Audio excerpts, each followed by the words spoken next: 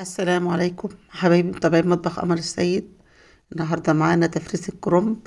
تفريز الكرنب ده إيه في خطوات كتيرة وفي طرق كتيرة، وكل واحد طبعا ليه طريقة. وأنا بتكلم عن طريقتي اللي أنا مجرباها بقالي وقت كبير. إيه الحمد لله بتطلع معايا ناجحة.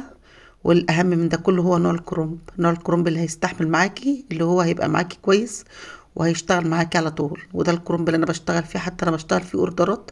بطلعه كده بالطريقه ديت، بطلعه كده متفرز جاهز. يعني مثلا بيجي لي مثلا حد عايز كرنبتين، عايز 3 5 اطباق 6 اطباق، مثلا عايز كيلو كرنب مثلا. هو دي الطريقه اللي انا بشتغل بيها، هو ده نوعيه الكرنب. لو الكرنب ده بلم معايا شويه كده زي ما انتم شايفين كده، عشان احنا الدنيا شاتيه. بقالنا اسبوع اكتر من 10 ايام الدنيا بتشتي عندنا في اسكندريه. و وما بلاقيش كرنب زي ما انا عايزه يعني. والكرنب الموجود هو الكرنب البلدي خالص، اللي هو بيبقى ورقته تخينه دلوقتي حاليا. مش هينفع التفريز. ده الكرنب ده نوعه اللي هو النوع المبطط شويه، ده اللي هو بيقول عليه كرنب البط، وده احسن نوع تفرزيه وهيديكي معاكي نتيجه كويسه جدا.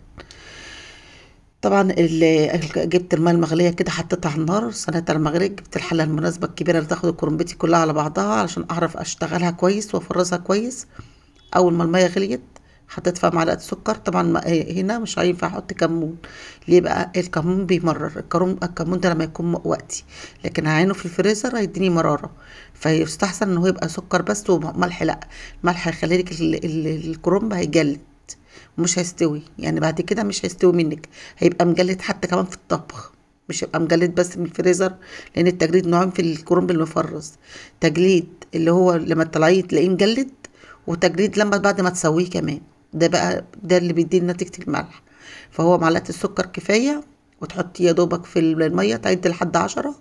أول ما تعد لحد 10 على صوابعك كده زي ما أنا عديت كده من شوية، تقلبي اليمة التانية. وبرده نفس الكلام تعد لحد 10 وتطلع الورق بسرعة على مية ساقعة. طبعا مش لازم تعد على ايدك زي كده يعني، أنا بعد بس عشان أفكر نفسي وأنا بسجل الفيديو. لكن تعدي علشان خاطر ايه؟ ما ياخدش منك وقت اكتر من كده ويبقى مش حلو في الفريزر، ويبقى واخد سوا زياده. والميه الساقعه عشان توقفي السوا بسرعه. ومسكت كل رول كده على ما بعمل غيره. لو ما قدامي فرصه ما قداميش، بفرد الصينيه الكرومبي بتاعي كله، واستنى لما اخلص خالص سلق واقوم مشتغله وانزل بيه كده الرولات كده. ده بتاع اللي انا بخرجه بعمله الرولات عشان يديني شكل حلو برضو في الاطباق الفيل وانا بطلعه، او الاطباق الفيلين وانا بطلعه. طبعا انا لما بكون شغاله اسلم اوردر مثلا مبقاش فاضيه ان انا اصور، لان التصوير ده يعني شغلانه كبيره طبعا علشان اصور واطلع. واحنا الايام دي برضو طبعا كلها تفريزات وكلها اوردرات، فبيبقى الواحد مش فاضي مش مالك يصور. حتى انا بكلمكم يا جماعه وصوتي مجهد من الشغل وكده. فالحمد لله ربنا يعين كل واحد على حاله. زي ما بقول لكم كده، بمسك ورقه ورقه وبرولها كده زي ما انتم شايفين، بحيث ما بتاخدش مكان. ودي الطريقه الصح اللي ما بتاخدش مكان خالص، لان انا بقالي زمان شغاله على كده. ارول كده الورقه كده، اجيبها كده من فوق كده زي ما انتم شايفين، بقطع على قد حجم الورقه اللي انا عايزاها، واقوم جايبه الرول كده على بعضه، واقوم برماه كده كده ما ياخدش ورق مكان. الورقه اللي بقطعها بتبقى الورقه التخينه معايا هتشتغل، بقوم مدخلاها جوه الرول كده زي ما انتم شايفين. مش هتشتغل بقوم مفصلها على جنب بناقصها، علشان برضو ايه احافظ على المكان. ومنها ما يعني ما اشغلش الفريزر بكلام ملوش فايده. طبعا الكرنب ده هيخصني انا، ده اللي انا هشتغل انا. ده اللي هو لي انا لبيتي لفتره رمضان ان شاء الله باذن الله. لو مثلا ايه عاملاها على اساس ان انا لو قايمه مثلا مش فاضيه، اطلع طبق كده على طول واشتغل على طول. طبعا انتوا عارفين ان يوم رمضان بيبقى يوم طبعا يعني، هو رمضان طبعا العباده مش للاكل والشرب طبعا، هو العباده اكتر، بس بنقول ايه علشان خاطر الناس الصايمين معانا إيه بنطلع الطبق على طول كده نعمله كده وخلاص. فانا شايفه ان الكميه ديت مناسبه معايا. كم كرنب دول؟ إيه طبعا اللي بيعوز مني كرنب بلدي على حسب طلبه واصراره بجيبهوله. طبعا انا بخير الزبون قبل ما بيكلمني، يعني عايز بلدي ولا عايز من اللي انا يعني اللي هو الكرنب البط ده هو ده الاحسن. انا بديله فكرتي هو اللي حضرتي الاختيار. طبعا في ستات ما بتحبش على البلدي بس، لكن البلدي دلوقتي ورقته تخينه مجلده جدا ما تنفعش خالص تتخزن، وهتبقى مش حلوه في التفريز. لكن الكرنب ده انا شغاله عليه بقالي سنين وعارفاه كويس زي ما انتم شايفين كده. حطيتهم في مصافي من بالليل كده، كنت انا شغاله فيه الساعه 1 بالليل. فبيته كده بعد ما رليته كلياته وخلصته وقطعته وظبطته وحطيته كده على الصينيه زي ما انتم شايفين. خليت الصينيه بارتفاع من ورا على اساس الميه لما تنزل من المصافي تنزل لقدام، بتبقى ما تبهدليش الدنيا يعني، وما تقعدش تحت المصفى، يبقى انا ما عملتش حاجه. المهم ان انا الميه تنزل من الكرنب بالشكل ده زي ما انتم شايفين، وابدا بقى ارص في العلب كده زي ما انتم شايفين، الابيض على جنب والاخضر على جنب، حتى العلبه من دي بتاخد الكرنبه كامله.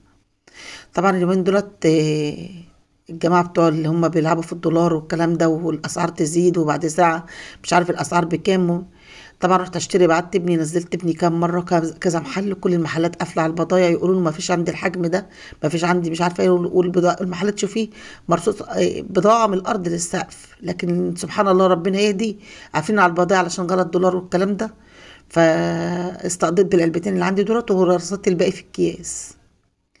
فالحمد لله على كل حال قضيت يعني، مش من غير العلب اقف. لو مش عندك علب خالص ممكن هتحطيه في الكيس وتغلفيه بالاسترتش راب خالص، مقفول، سوري، عادي خالص، ما مش هيأثر عليكي في حاجة. بس المهم ان انت اول ما تخلصيه تقفلي الكيس من قدام بإحكام، واكنك بتفرزي بسلة بالظبط، وتقومي قرر له على طول بالورق الاسترتش راب، وتحطيه في الفريزر. بمجرد ما حطيتيه في الفريزر خلاص هو بيبدأ يتماسك على طول من الأحرف من بره.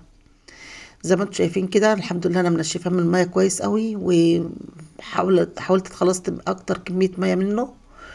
وهمسكه بقى كده، له كده بالاسترتش راب كده زي ما انتم شايفين كده، يعني سهل خالص. طبعا دي مش محتاجه علام طبعا، بس انا بديكم بس ايه افكار، وايه وبدي معلومه وخلاص. انا ما بنزلش على الفيديوهات اللي هي الايه اللي هي تبقى مهمه. انا بصور كل يوم وبشتغل كل يوم، يعني اقصد بطلع شغل كل يوم، لكن في فيديوهات اصورها وفي فيديو ما اصورهاش. ليه بقى؟ عشان انا بنزل الحاجه اللي فيها معلومه. وانا الفيديو بتاعي ان شاء الله بتاع السمنه ان شاء الله يكون فيه استفاده. ممكن ما تكونش معاك الاستفاده من السنه دي، ممكن تكون معاك من السنه الجايه، ممكن اديك الفكره تشتغل ازاي بقى بعد كده. وان شاء الله هنزله على طول بعد الفيديو ده. انا كان عندي ضيوف امبارح فما كنتش مالكه انزله، لسه في حاجات هخلصها وانزله ان شاء الله على طول، لان فيها دي يبقى في معلومه واستفاده كويسه للناس. وادي اللي اهوت الكرنب اللي انا رليته في الكيس اهوت، اكنه في علبه عادي خالص زي ما انتم شايفين كده، برصه كده فوق بعضه. وبشتغله. حتى انا تاني يوم جالي برضو اوردرات اهوت زي ما انتم شايفين، رجعت جبت كرومب تاني واشتغل تاني وهبدأ تاني. وبقول لكم اهوت دي الكميه مش هتاخد منك مكان في الفريزر خالص، طريقه سهله وبسيطه. واشوفكم في فيديو جديد.